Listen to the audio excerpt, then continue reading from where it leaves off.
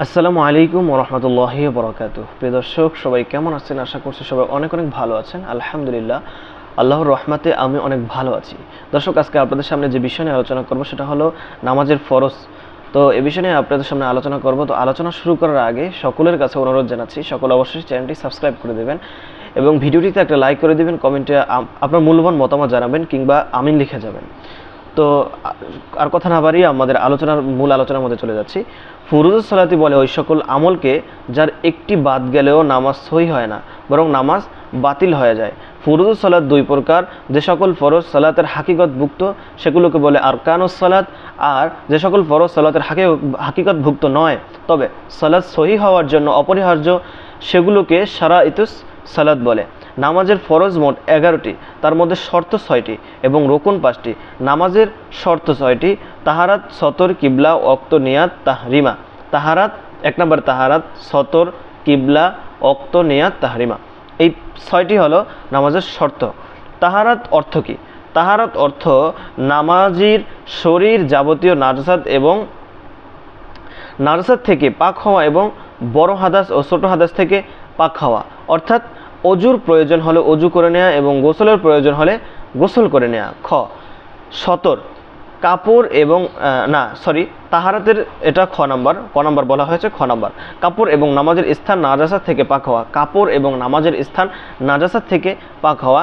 নামাজের স্থান মানে দু পা, দু হাত, দুই হাঁটু ও কপাল রাখার স্থান। আর নাজাসাত অর্থ ওই পরিমাণ নাজাসাত যা শরিয়াত মাফ করে না। দ্বিতীয় নম্বর, সতর। সতর ডাকতে সক্ষম অবস্থায় বেলা সতর নামাজ সহি নয়। আর নামাজের শুরু থেকে শেষ পর্যন্ত সতর ঢাকা ফরজ।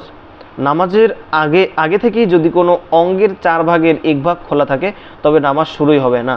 আর যদি নামাজের মাঝে ওই পরিমাণ সতর খুলে যায় এবং 1 রোকন পরিমাণ সময় খোলা থাকে তাহলে নামাজ ভেঙে যাবে। 1 রোকন পরিমাণ অর্থ 3 তাসবিহ পড়ার সময়। 1 রোকন পরিমাণ অর্থ হলো 3 তাসবিহ পড়ার সময়।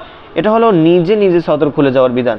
পক্ষান্তরে নামাজে নিজে যদি সতর খুলে ফেলে তাহলে সঙ্গে সঙ্গে নামাজ বাতিল হয়ে যাবে। নামাজে যদি নিজে সতর খুলে ফেলে তাহলে সঙ্গে সঙ্গে নামাজ বাতিল হয়ে যাবে। পুরুষের সতরের সীমানা হলো নাভি থেকে হাঁটু শেষ পর্যন্ত। পুরুষের সতরের ঠিকানা হলো সীমানা নাভি থেকে হাঁটুর শেষ পর্যন্ত, অর্থাৎ নাভি সতরভুক্ত নয় তবে হাঁটু সতরভুক্ত। স্ত্রীলোকের সতর হলো চেহারা, 2 হাতের কবজি ও পায়ের পাতা ছাড়া সমস্ত শরীর। আবার খেয়াল করি, স্ত্রীলোকের সতর হলো চেহারা অর্থাৎ মুখমণ্ডল, 2 হাতের কবজি ও পায়ের পাতা ছাড়া সমস্ত শরীর। এটা হলো স্ত্রীলোকের আপনার সতর। 3 নাম্বার, কিবলা। কিবলামুখী হতে সক্ষম অবস্থায় কিবলামুখী হওয়া ছাড়া নামাজ সহি হবে না। কিবলামুখী হতে সক্ষম অবস্থায় কিবলামুখী হওয়া ছাড়া নামাজ সহি হবে না। সরাসরি কাবা দেখা গেলে স্বয়ং কাবাই হবে কিবলা। সুতরাং সোজা কাবার দিকে মুখ করে দাঁড়াতে হবে। পক্ষান্তরে সরাসরি কাবা দেখা না গেলে কাবার দিক হলো কিবলা। সুতরাং কাবার দিকে মুখে করে দাঁড়ানোই যথেষ্ট হবে। সোজা কাবামুখী হওয়া জরুরি নয়। অসুস্থতার কারণে বা শত্রুর ভয়ে কিবলামুখী হতে না পারলে যেদিকে সম্ভব মুখ করে নামাজ পড়ে নেবে। 4 নম্বর, নামাজের ওক্ত হওয়ার আগে নামাজ পড়া সহি নয়। অর্থাৎ 4 নম্বর হলো ওক্ত, তাহলে নামাজের ওক্ত হওয়ার আগে নামাজ পড়া সহি নয়। নামাজের ওক্ত সম্পর্ক বিস্তারিত আলোচনা হয়েছে। 5 নম্বর, নিয়ত ছাড়া নামাজ সহি নয়। নিয়ত করতে হবে, নিয়ত ছাড়া নামাজ সহি নয়। কোন ওয়াক্তের ফরজ নামাজ তাও নিয়ত করতে হবে, যেমন জোহর কিংবা আসর। তদ্রূপ কোন ওয়াজিব নামাজ তাও নিয়ত করতে হবে, যেমন বিতের বা ঈদের নামাজ। নফলের ক্ষেত্রে বিশেষ নিয়ত জরুরি নয়, শুধু নফল নামাজের কিংবা শুধু নামাজের নিয়ত করাই যথেষ্ট।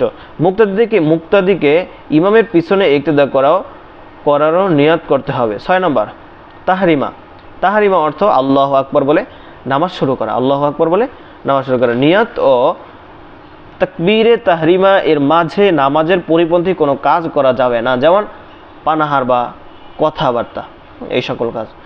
তাহরিমার তাকবীর দাঁড়ানো অবস্থায় বলা জরুরি। আর তাহরিমার পরে নিয়ত করা গ্রহণযোগ্য নয়, বরং তাহরিমার আগে বা সঙ্গে নিয়ত করতে হবে। তাকবীরের উচ্চারণ এমন হতে হবে যা নিজের কানে শোনা যায়। দর্শক, এখন আমরা কিছু মাসালা জানবো, যে এই মাসালাগুলো খুবই গুরুত্বপূর্ণ। আমরা অনেকেই এই মাসালাগুলো জানতে চাই, তো এই মাসালাগুলো আপনাদের সামনে উপস্থাপন করা হবে। তো আমরা সকলেই খেয়াল দিয়ে আসেন, মাসালাগুলো খুবই গুরুত্বপূর্ণ, খুবই গুরুত্বপূর্ণ। তো 1 নম্বর, নাজাসাত দূর করার মতো কিছু না পাওয়া গেলে নাজাসাত সহই নামাজ পড়বে, আর পরে তা দোহরাতে হবে না। আপনি ধরেন এমন এক জায়গায় গেছেন, এমন একটা অবস্থায় আপনি গিয়েছেন কিংবা ট্যুরে গিয়েছেন, এমন একটা জায়গায় গিয়েছেন যেখানে নাজাসাত দূর করার মতো কিছু নেই।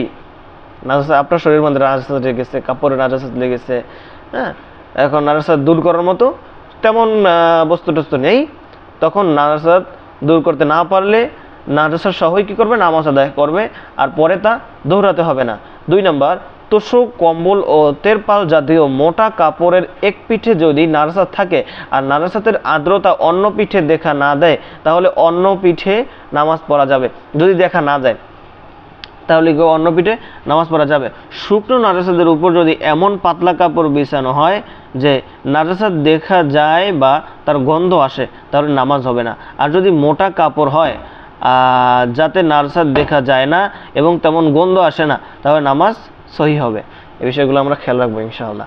4 নম্বর, সতর ঢাকার মতো কাপড় বা ঘাস পাতা কিংবা কাদা মাটি যদি না পায়, তাহলে বেলা সতর নামাজ পড়বে, অর্থাৎ সতর ছাড়াই নামাজ পড়বে, আর পরে তা দোহরাতে হবে না। 5 নম্বর, কাপড়ের 4 ভাগের 1 ভাগ পাক হলে বেলা সতর নামাজ সহি হবে। কাপড়ের 4 ভাগের 1 ভাগ পাক হলে বেলা সতর নামাজ সহি হবে না। এমনকি নাপাক কাপড়ের নামাজ বেলা সতর নামাজ থেকে উত্তম। এমনকি নাপাক কাপড়ের নামাজ বেলা সতর নামাজ থেকে উত্তম। অর্থাৎ আপনি সতর ছাড়া নামাজ থেকে আপনার নাজাসাত সহ নামাজ পড়া কি উত্তম। 6 নম্বর, উলঙ্গ ব্যক্তি কিবলার দিকে পা লম্বা করে বসে নামাজ পড়বে এবং ইশারায় রুকু সেজদা আদায় করবে। যদি কেউ এমন একটা সিচুয়েশনের মধ্যে পড়ে যায় যে বিপদের মধ্যে পড়ে যায়, তার কাপড় চোপড় কিছু নেই, তিনি উলঙ্গ, এই অবস্থায় তিনি কীভাবে নামাজ আদায় করবে? তার যে 2 পা রয়েছে, 2 পা কিবলার দিকে দিতে হবে, 2 পা সোজা কিবলার দিকে দিতে হবে। কিবলার দিকে দিয়ে তিনি ইশারার মাধ্যমে কিভাবে নামাজ আদায় করবেন। 7 নম্বর, নাজাসাত যুক্ত কাপড় যদি এত বড় হয় যে এক প্রান্ত ধরে নাড়া দিলে অপর প্রান্তে নাড়া পড়ে না, তাহলে ওই কাপড়ের পাক প্রান্তে দাঁড়িয়ে বা শরীরে জড়িয়ে নামাজ পড়া যাবে। ধরেন একটা কার্পেট কিংবা একটা কার্পেটের কাপড়, ওই কাপড়ের এক প্রান্ত থেকে অন্য প্রান্তে কাপড়ের এই পাশ থেকে ওই পাশের একদম ওই পাশে আপনার নাজাসাত রয়েছে। এখন ওই কাপড়ে নামাজ পড়া যাবে কি না? এখন এক প্রান্ত থেকে আপনি যদি ঝাড়া দেওয়ার পর বা নাড়া পরে, তাহলে ওই কাপড়ের পাক প্রান্তে দাঁড়িয়ে না। যদি নাজাসাত কাপড় এত বড় হয় যে এক প্রান্ত ধরে নাড়া দিলে অপর প্রান্তে নাড়া পড়ে না অর্থাৎ লড়ে না, তাহলে ওই কাপড়ের পাক প্রান্তে দাঁড়িয়ে বা শরীরে জড়িয়ে নামাজ পড়া যাবে। 8 নম্বর,